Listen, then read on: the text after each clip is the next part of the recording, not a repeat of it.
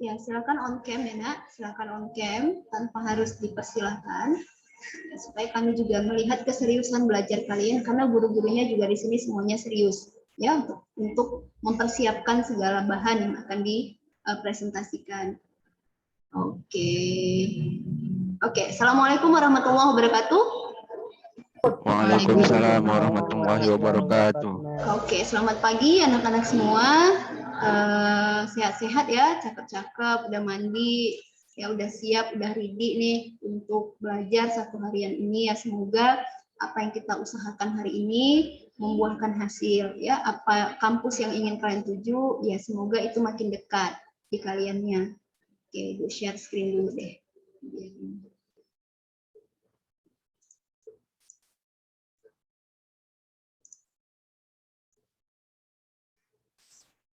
Oke, ini ya Nak ya. Kemarin kan kita udah bahas ya, udah bahas bagaimana metabolisme secara umum. Nah kemudian siapa aktor yang nanti akan terlibat ketika kita ngebahas reaksi kimia, salah satunya adalah enzim. Ya, maka kemarin kita sudah berkenalan dengan bentuknya ya, gimana sih sebenarnya bentuk si enzim. Nah kemudian bagaimana karakter dia. Nah, sehingga kita tahu keterlibatan dia nanti dalam sebuah reaksi kimia. Maka hari ini kita bahas dua indikator lagi tentang enzim. Kita selesaikan bagaimana dia bekerja, dan yang terakhir adalah apa saja sih sebenarnya faktor yang mempengaruhi dia mau kerja.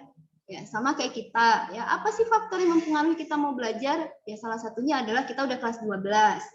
Kemudian udah jelas ya, kalian ada di fase remaja tahap akhir. Berarti akan masuk ke masa awal fase dewasa. Sebagai orang dewasa harusnya sudah punya planning, mau kemana, mau ngambil jurusan apa, nanti pengen kerja di mana, apa yang pengen dilakukan untuk keluarganya, kan sudah terplanning. Berarti ada yang memotivasi, itulah faktor yang Ibu maksud. Gitu ya. Kalau ada orang yang sampai sekarang di kelas 12 bermalas-malasan, nah berarti dia belum menemukan faktor itu. Ya, faktor pemicu supaya dia lebih keras lagi belajar. Karena posisinya tidak lagi di kelas 10, tapi sudah di kelas 12. Sudah harus punya target, sudah punya rencana-rencana ke depannya mau ngapain. Kan kita nggak pengen ketemu lagi kan setahun lagi. Itu ya anak-anak. Ya, bosan kali ya, udah. Awas aja nanti bilang rindu kalau udah ini ya, udah tamat. Oke. Nah ini Nak, ya jadi yang pertama adalah kita tahu lah, nanti bisa menjelaskan bagaimana enzim itu bekerja. Tidak ribet, nah tidak ribet. Kalau kita kemarin bahas salah satu sifat dia adalah spesifik, ya maka kita tahu antara dia dan substrat nanti sudah cocok. Maka di sini ada dua model, ya ada dua hipotesis. Kalau kalian tanya mana yang benar, ya nggak tahu. Ya ini namanya juga, nah kalian kebayang nggak sih, kita nih sedang berada di dalam sel. Ya posisi kita nih ada dalam sel. Kalau kita mau menjelajah ya, kalau kalian ingin membayangkan proses ini tuh di mana sebenarnya. Kita tuh sedang ada di dalam benda kecil bernama sel. Nah, kan bayangin kan berdiri di situ sedang melihat bagaimana makanan yang kita makan tadi pagi itu bisa jadi energi. Sampai kita sanggup buka mata, nanti sanggup ngerjain tugas psikologi, ya sanggup ngerjain TU, SBMPTN. Nah, itu semuanya dari apa yang kita makan. Lupis, ketupat, nasi goreng, martabak, susu, itu semuanya akan diproses. Gitu ya. Dan ketika itu sudah kita punya-punya, kita kecil-kecilkan, kita ngebantu enzim untuk mempertemukan dia, untuk mempertemukan apa yang kita makan nanti dengan si enzimnya. Supaya apa? Proses ini cepat. Ya, kita nggak perlu terbaring dulu, ya, nunggu berpuluh tahun sampai itu jadi ATP nanti namanya ya, jadi energi siap pakai. Nah, jadi ada dua hipotesis, ada lock and key, ya gembok dan kunci kalau bahasa Indonesianya. Ada induksi feed. Nah, gimana lock and key? Ya, nggak susah kok ngebayangin gembok dan kunci, begitulah enzim dan substrat. Jadi emang udah cocok ya antara substrat dengan enzimnya apanya yang cocok? Sisi aktifnya ya, active site yang kemarin kita bahas. Gitu. Jadi hipotesis yang pertama begitu. Memang Tuhan itu sudah menciptakan kecocokan antara active site suatu enzim dengan suatu substrat. Makanya bisa langsung lengket, ketemu, terus jadi produk. Atau hipotesis yang kedua, induksi fit. Jadi ngefit kan, kalau kalian beli baju, silahkan ke fitting room gitu ya. Ngapain? Coba dipasin dulu, pas nggak di badan. Itulah induksi fit. Nah, jadi sebenarnya nggak cocok-cocok amat, gitu ya, nggak cocok-cocok amat. Tapi ketika mereka bertemu, ya si active site ini bisa berubah sedikit bentuknya. Jadi ngepas-ngepasin. Nah, kok bisa? Ya, kok bisa ngepas-ngepasin? Nah, makanya ada faktor yang mempengaruhi nanti. Nah, ya ada faktor yang mempengaruhi, apakah itu suhu, pH, apalagi ya, dan kondisi-kondisi yang lain nanti. Ya, yang mempengaruhi supaya si active site ini bisa fit, ya bisa cocok dengan kondisi si substrat, begitu. Jadi silahkan ya, nanti orang kimia mungkin lebih memperdalam, kalau kalian ngambil jurusan kimia atau biokimia, nanti memperdalam kira-kira ini benar nggak sih, atau teori mana atau hipotesis mana yang paling bisa dibuktikan, ya lock and key kah atau induksi fit, begitu. Yang jelas satu enzim, satu substrat itu sudah terbukti. Jadi nggak akan rebutan, walaupun nanti induksi fit. Gitu. Nah, ada pertanyaan? Atau kalian meragukan kedua teori ini? Kalian punya teori baru? Pernah baca? Nggak ada. Nggak ada ya. Oke, orang sains gitu. Jadi nggak mesti ini benar. Ya, sepanjang tidak ada pembuktian ini salah, ya ini akan tetap benar gitu. Nah, itu asiknya sains. Jadi tidak ada kemutlakan sebuah kebenaran ya. Silahkan kalian bereksplorasi, baca, coba ya, silahkan untuk membuktikan bahwa teori ini salah gitu. Nah, kemudian faktor yang mempengaruhi kerja enzim. Coba deh kalian jelasin gambar pertama dan gambar kedua. Ini HOTS, ya, kemampuan HOTS membaca gambar. Silahkan. Masih ada nggak anak-anak ini? Ada orangnya atau perlu Ibu panggil? Ada, Bu. Ya, silahkan. Ya, masih membaca, Bu. Oh iya, masih dilihat-lihat. Silahkan lihat-lihat dulu. Oke.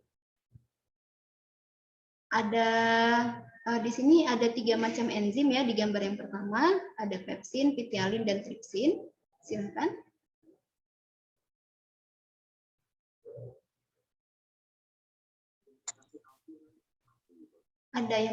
Ada yang mau menjelaskan?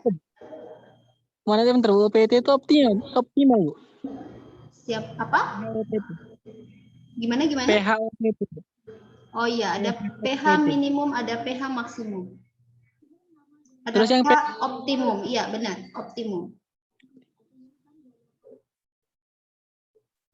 Oke, coba dijelasin. Saya, Bu. Ya, silakan Mustaqim. Untuk pepsin dia mau lebih cepat reaksinya apabila dia di pH asam. Sedangkan untuk tialin rata-rata kecepatan reaksinya itu lebih cepat di netral di pH 7. Sedangkan untuk di tripsin rata-rata kecepatan reaksi itu lebih cepat di basa, yaitu di pH 12. Oke, thank you Mustaqim. Ya, benar sekali. Nah, jadi faktor pertama yang mempengaruhi kerja enzim adalah pH. Sesuai dengan gambar ya, pH.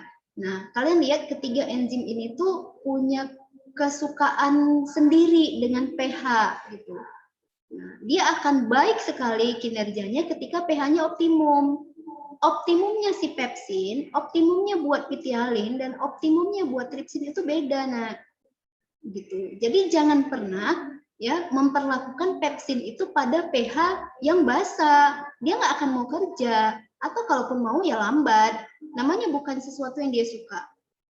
Ya, anak sejarah disuruh belajar matematik, ya mungkin dia bisa tapi akan lambat karena bukan sesuatu yang dia suka gitu.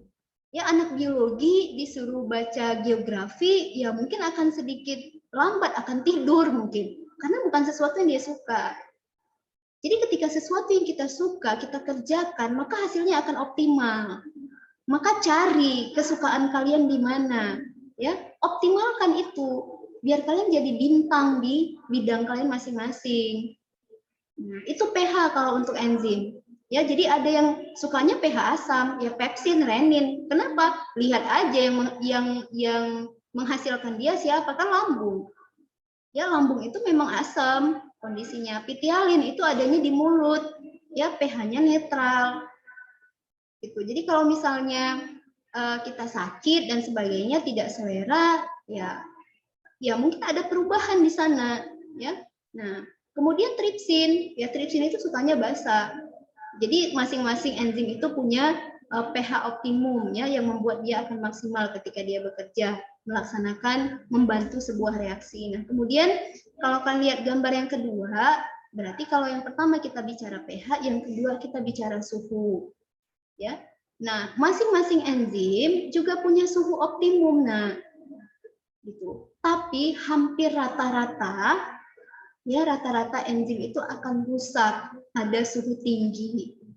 Itu yang kemarin kita bahas, kenapa anak step sampai meninggal. Kalau masak apa-apa itu, apalagi yang berbahan protein, ya itu jangan terlalu lama. Gitu, karena dia akan merusak struktur dari proteinnya. Nah, sama dengan enzim. Ya, enzim itu akan rusak ketika suhunya ketinggian. Gitu. Ya, kalau 10 dia masih bisa kerja, 20 oke, 30 oke, sampai 40 dia maksimum, optimum. Kerjanya cepat sekali. Dan akan menurun drastis ketika suhunya 60. Udah nggak bisa dia toleransi.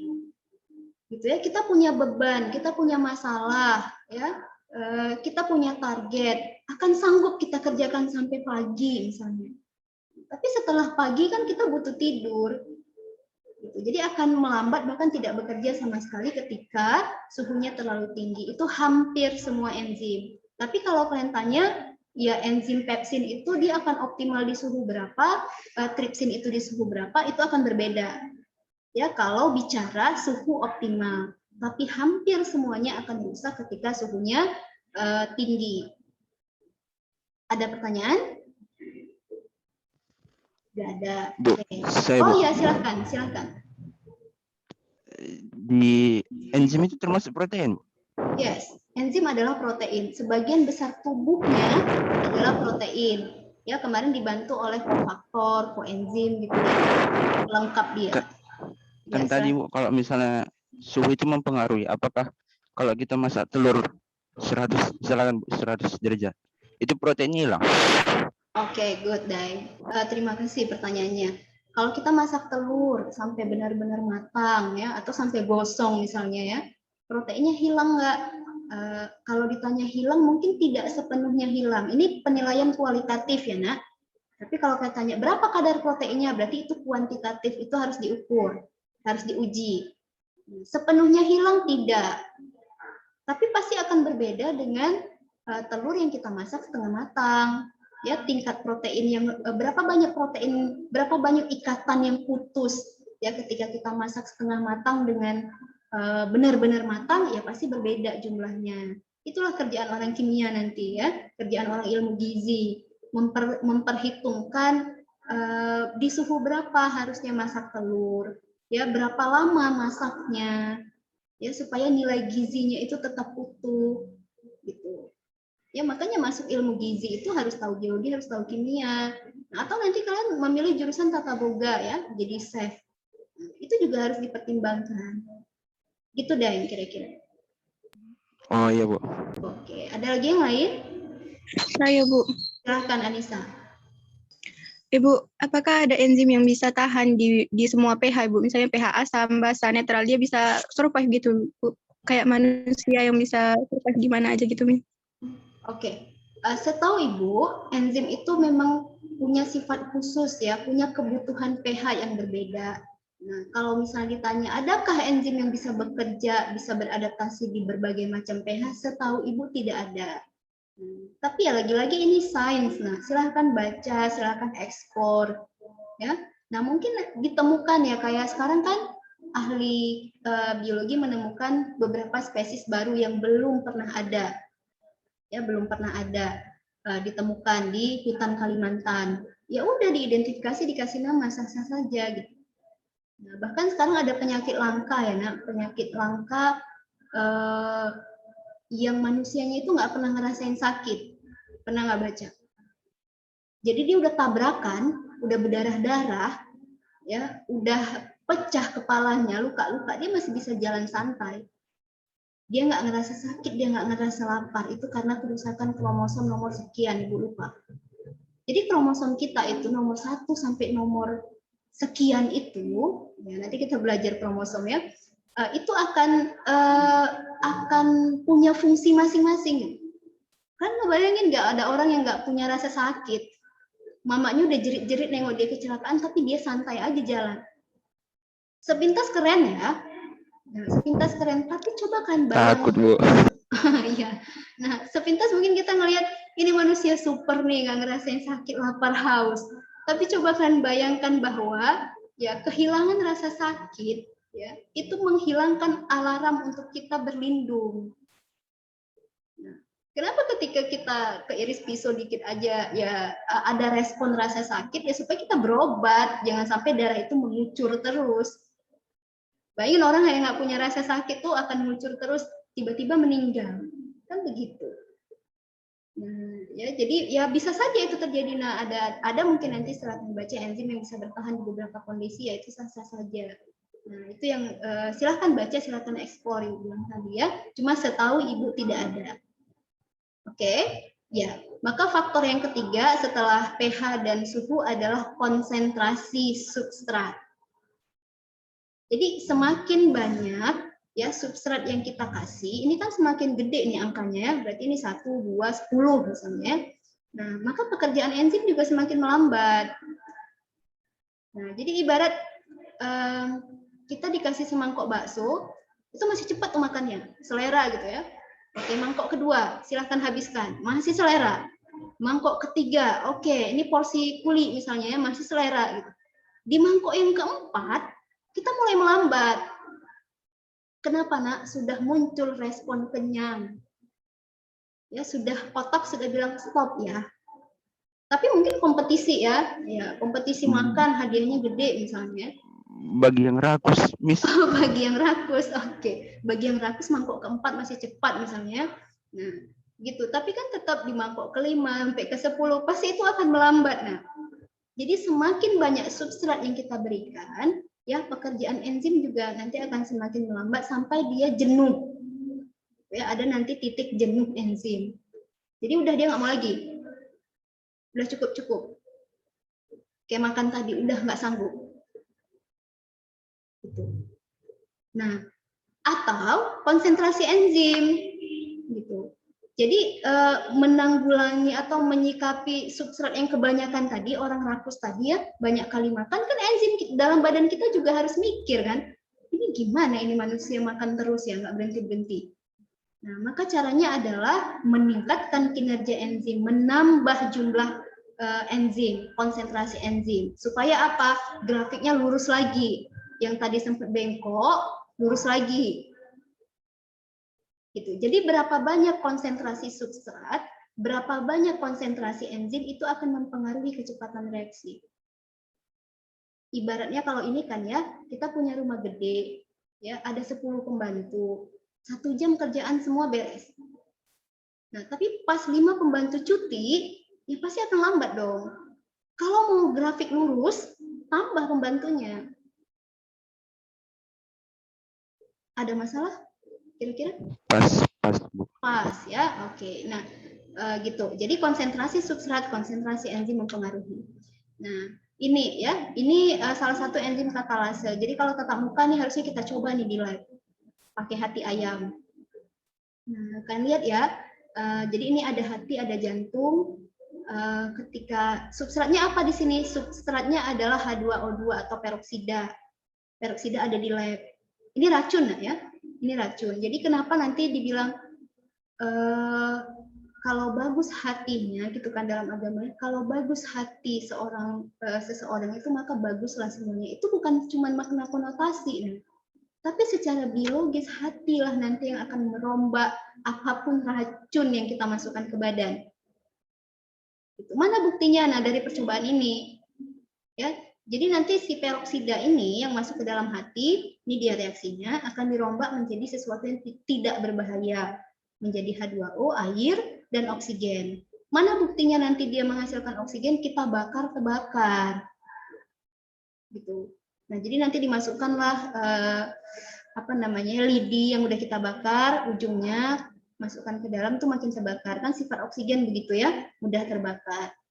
Nah, siapa pembantunya? Pembantu reaksi ini adalah katalase, nama enzimnya.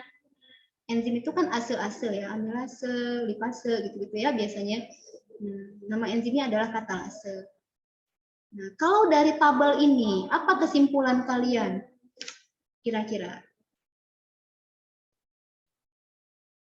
Ada tanda positif, negatif, tanda 2, plus 2, plus 3. Ini sering muncul loh di soal. Ada yang bisa menyimpulkan? Peroksida dikasih hati, dikasih ekstrak hati, peroksida dicampur dengan ekstrak jantung. Ditempatkan pada pH netral, pada pH asam, pada pH basa, pada suhu 40 dan 37. Ada yang bisa menyimpulkan?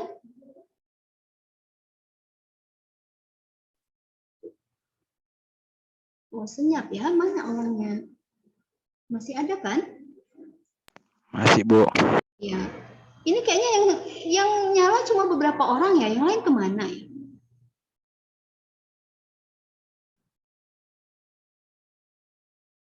Bisa kira-kira? Bisa, Bu. Ya, silakan Anissa. Jadi pada suhu 37 derajat Celcius itu, Bu, hati gelembungnya itu gelembung yang waktu eksperimen hati dan dicampur dengan H2O2 itu gelembungnya itu yang paling banyak saat 37 derajat Celcius. Dan nyala apinya itu paling besar pada saat 30 derajat Celcius. Nah, waktu di 40 derajat Celcius itu dia gelembungnya sedikit ada gitu tapi nyala apinya tidak ada. Pada pH basa gelembungnya itu sedikit dan nyala apinya tidak ada. Tidak banyak gitu, Miss. Nah, pada pH asam gelembungnya itu sedikit dan nyala apinya tidak ada. Dan waktu netral gelembungnya itu ada lumayan banyak, terus nyala apinya juga lumayan besar begitu, Miss. Kesimpulannya adalah yang paling suhunya pada 37 derajat Celcius itu yang paling besar gitu, Miss. Yang paling besar. Oke, kemudian pH-nya? pH netral, Miss, yang paling besar. Oke, good, Anissa. Iya. Dengan kata lain adalah si katalase ini paling baik ya bekerja pada suhu 37 derajat Celcius. Kemudian pada pH netral. Nah, kalau ditanya di mana dia paling banyak dihasilkan, ya adanya di ekstrak hati dibandingkan dengan jantung. Gitu ya, Nak, kemampuan membaca tabel itu HOTS. Ya, itu kemampuan high order thinking skill. Nah, jadi kan tidak disuruh menghafal di mana katalase paling banyak, enggak, tapi disajikan tabel, ya, disajikan kurva, silahkan baca. Ini kemampuan membaca. Itu HOTS. Jadi jangan khawatir dengan soal HOTS. Bukan soal susah. Gitu ya. Nah, ini ya. Jadi makanya kalau minum obat perhatikan efek sampingnya. Nah, ya, karena yang paling sering dia rusak adalah hati. Nah, karena memang hati yang bekerja menghancurkan racun-racun yang nanti masuk, efek samping dari obat, efek samping dari makanan yang kita makan. Nah, jadi jangan sering-sering masukkan racun walaupun di hati punya katalase. Ya, katalase kan juga bisa habis. Jadi dibantu, jangan mentang-mentang nggak apa-apa makan racun ada katalase kok. Mau bertahan berapa lama rupanya gitu. Ya, jadi kan logika berpikirnya seperti itu. Enggak apa-apa masukin racun di sel kan ada lisosom Ya lisosom kan kerja. Besoknya Dia meninggal, akan, Bu. iya, suatu saat dia akan lelah, akan jenuh dan nggak mau kerja. Enzim tadi jenuh, udah nggak mau. Gitu ya, Nak. Nah, ini yang terakhir. Yang terakhir adalah inhibitor. Ya, inhibition, penghambat. Nah, ada beberapa macam di sini penghambat ya. Nanti, nah makanya ini di ending kita akan cerita kasus kopi Mirna. Ada yang sifatnya irreversible, ada yang sifatnya reversible. Ya, mana yang lebih berbahaya? Yang ini. Jadi irreversible tuh nanti akan merusak secara keseluruhan. Tidak bisa kembali, kan itu arti irreversible. Sedangkan reversible, ya dia bisa aja balik asalkan nanti lepas si inhibitornya.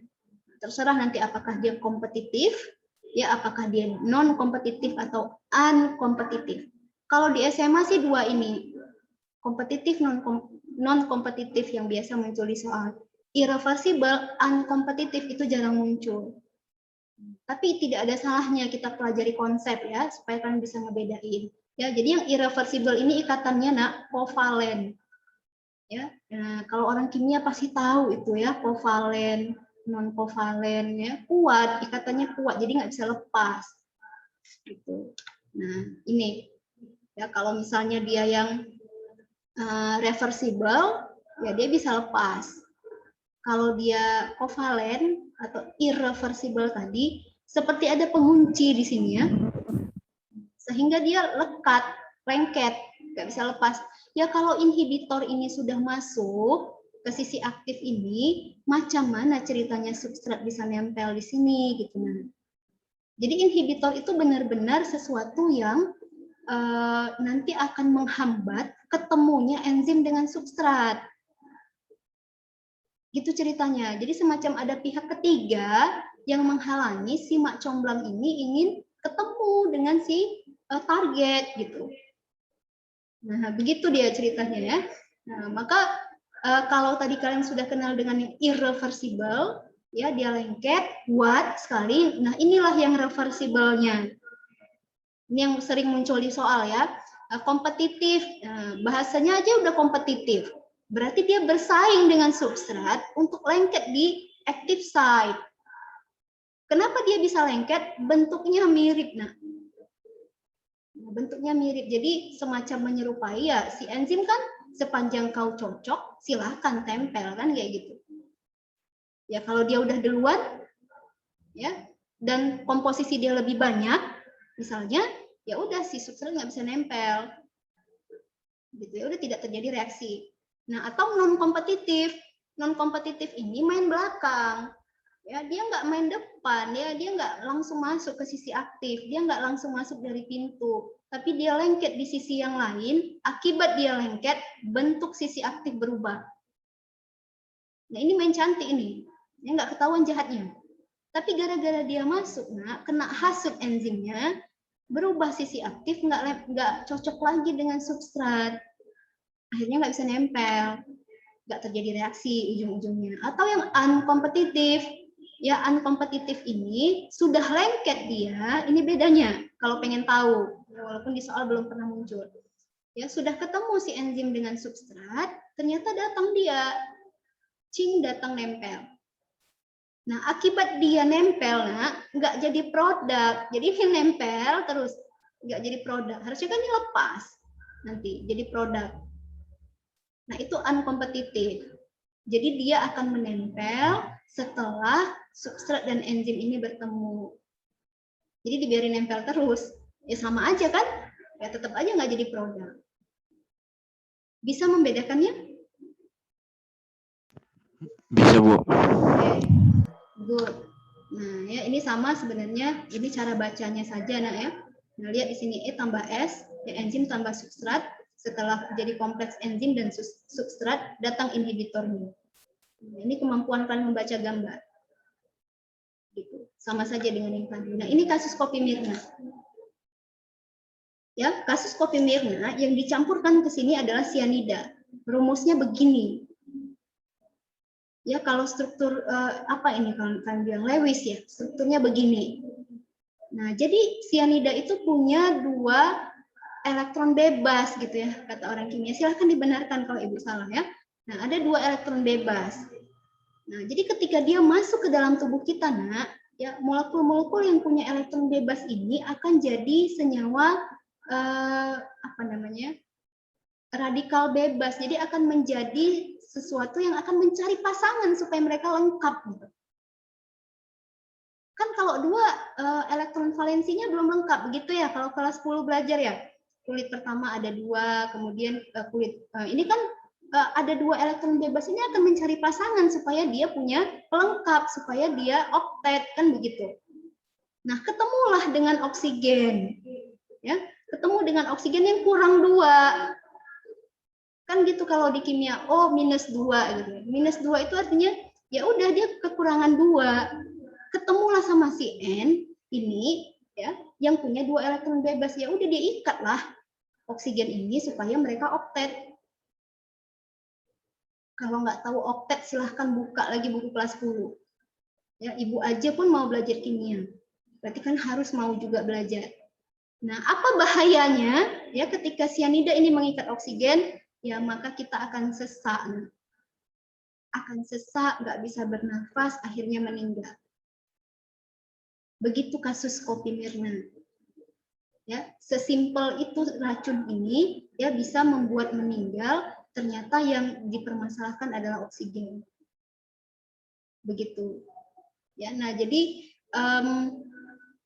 nanti akan terhalanglah beberapa kinerja ya dari enzim-enzim yang ada di tubuh si manusia itu akibat kehadiran sianida. Ya akan terhalang begitu ya. Harusnya kan yang mengikat oksigen itu nanti Fe.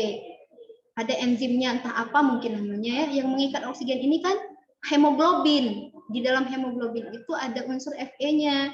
Nah, Fe itu yang akan mengikat si oksigen. Cuma karena ini masuk, tak jadi gitu. Nggak ketemu akhirnya antara hemoglobin dengan oksigen yang dibantu oleh enzim X. Gitu. Jadi ada penghalang.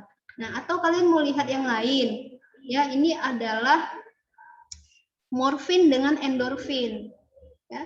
Nah, morfin ini endorfin. Jadi sebenarnya kita nggak perlu morfin. Morfin itu kan molekul yang menyebabkan rasa rileks ya, tenang, nggak ada beban. Kita punya endorfin kok. Ya, endorfin itu diciptakan Tuhan untuk kita pakai ketika memang beban kita berat sekali. Ya, kapan? Bagaimana cara memproduksinya? Otak sendiri yang akan mengeluarkan endorfin.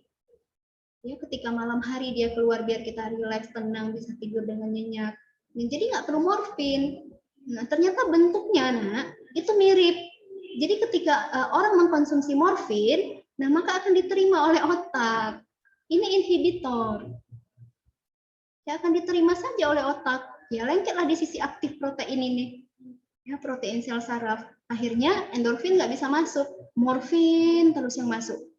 Akibatnya otaknya rusak, lemot, bodoh. Gitu. Ya, jadi penyalahgunaan narkoba nantinya akan sangat berefek sekali ke sistem kerja tubuh. Ya ini salah satunya.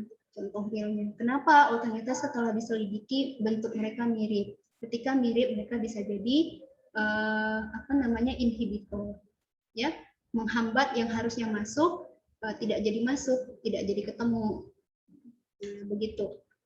Nah, ini sih satu lagi yang sebelum lupa ya, supaya tidak miskonsep. Jadi inhibitor itu tidak selamanya jahat.